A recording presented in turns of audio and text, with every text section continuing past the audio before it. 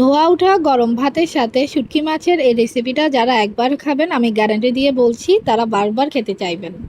চলেন শুটকি ভুনা রেসিপিটি দেখে নিই। প্রথমে চুলায় একটি কড়াই গরম করে নিলাম, এতে পরিমাণ মতো তেল দিয়ে নিব।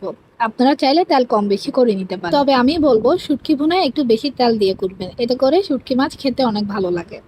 তেল গরম হয়ে আসলে পরিমাণ মতো পেঁয়াজ কুচি, 1 চামচ রসুন বাটা, হাফ চামচ থেকে একটু কম আদা বাটা দিয়ে খুব ভালোভাবে কিছুক্ষণ ভেজে নিব। যখন পেঁয়াজ গলা শুরু করবে ঠিক এ পর্যায়ে কিছু গোটা মশলা যেমন এলাচি, দারচিনি, তেজপাতা দিয়ে আবারও খুব ভালোভাবে কিছুক্ষণ ভেজে নিব, এতে করে মশলা থেকে সুঘ্রাণ বেরিয়ে আসবে।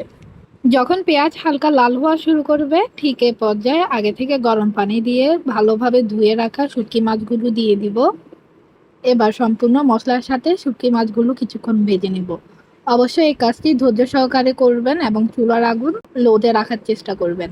যখন দেখবেন মাছের লালচে বর্ণ হওয়া শুরু করেছে ঠিক এই পর্যায়ে আগে থেকে কেটে রাখা টমেটোগুলো দিয়ে দিবেন। আমি এখানে 2টো টমেটো ব্যবহার করেছি। এখন সকল প্রয়োজনীয় মশলাগুলো দিয়ে নিব, যেমন পরিমাণ মতো লবণ, হলুদের গুঁড়ো, লাল মরিচের গুঁড়ো, গরম মশলা গুঁড়ো এবং জিরে গুঁড়ো দিয়ে খুব ভালোভাবে মিশিয়ে নেব।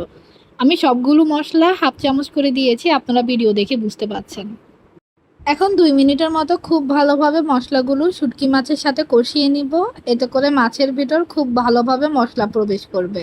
শুটকি মাছগুলো সিদ্ধ হওয়ার জন্য হাফ কাপ পরিমাণ গরম পানি দিয়ে খুব ভালোভাবে নেড়ে একটি ঢাকনার সাহায্যে ঢেকে দিব 10 মিনিটের জন্য। ঢাকনা উঠিয়ে আগে থেকে পরিষ্কার করে ধুয়ে রাখা 4টি দেশি পেঁয়াজ, 7-8 কলি রসুন দিয়ে খুব ভালোভাবে নেড়ে নিব। এই রসুন আর পেঁয়াজের কলিগুলো ভাতের সাথে খেতে এত মজা লাগে, যারা ট্রাই করেননি অবশ্যই একবার বাসায় ট্রাই করবেন।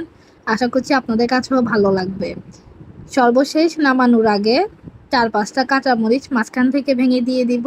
এখন গরম গরম নামিয়ে পরিবেশন করে নিলেই তৈরি মজাদার শুটকি মাছ ভুনা। আশা করছি রেসিপিটি আপনাদের কাছে ভালো লেগেছে।